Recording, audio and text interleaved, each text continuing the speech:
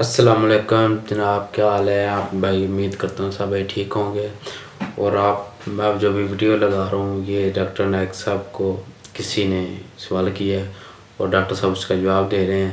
دیکھیں اور آپ بھی اچھی ویڈیو ہے اور آگے شیئر کریں اور میرے چینل کو سبسکرائب کریں. شکریہ. السلام علیکم، میرا نام عمر بن عبداللہ ہے. آج چونکہ ٹاپک قرآن پہ تھا اور اس کی آیات کے اوپر تھا تو میرا سوال شاید کلیئرلی ابھی میں سمجھا نہ سکوں، کیونکہ میرا سوال مسلمانوں کے بارے میں ہی ہے کہ ہمارے پہ کوئی بھی حملہ دہشت گردی کا ہوتا ہے کسی اداروں پہ، اسکول پہ یا پولیس پہ، تو اس میں قرآن کی ریفرنس ہی دے کے اس کو جہاد کا نام دیا جاتا ہے اور ہمیں اس نام سے بڑی کنفیوژن پیدا ہو گئی ہے. اور چونکہ آج کے دور میں جو نام جہاد کا لینا وہ بڑا مشکل ہو گیا ہے.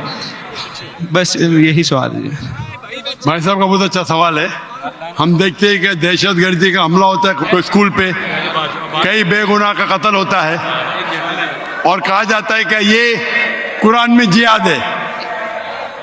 اس کا پرابلم کون ہے؟ ہم مسلمان قرآن پڑھتے ہیں لیکن سمجھتے نہیں.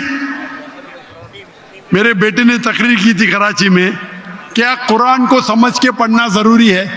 اگر ہم قرآن کو سمجھ کے پڑھیں گے اور قرآن کو سمجھیں گے تو کوئی بھی دہشت گرد آپ کو بیوقوف نہیں بنائے گا. آپ بیوقوف بن جاتے کیونکہ وہ دہشت گرد بولتا ہے کہ اسکول میں اٹیک کرو، بچوں کا قتل کرو، آپ جنت جائیں گے. یہ جتنے دہشت گرد ہیں نا، ان کو غیر مسلمان اکثر غیر مسلمان ان کو سپورٹ کرتے. غیر مسلمان سپورٹ کرتے اسلام کو بدنام کرنے کے لیے، ان کو پیسہ دیتے اور قرآن کی آیت کو آؤٹ آف کانٹیکسٹ غلط حوالہ دے کے پیش کرتے.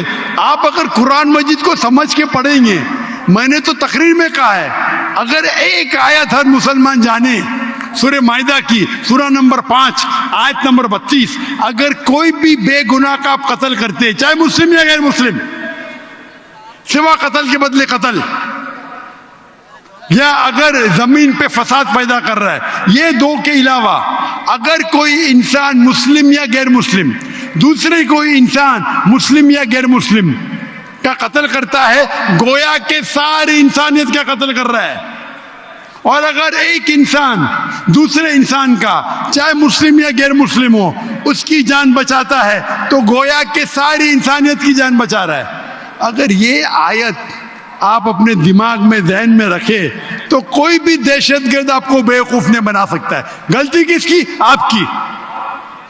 ڈاکٹر ذاکر نائک نے کہا ہم جا کے چیک کریں گے، گھر پہ جا کے کھولو سورہ مائدہ سورہ نمبر 5 آیت نمبر 32 ترجمہ پڑھو، اور آپ کو پتہ ہے کہ قرآن میں کبھی بھی کانٹرڈکشن نہیں ہے، کبھی بھی ٹکرار نہیں ہے.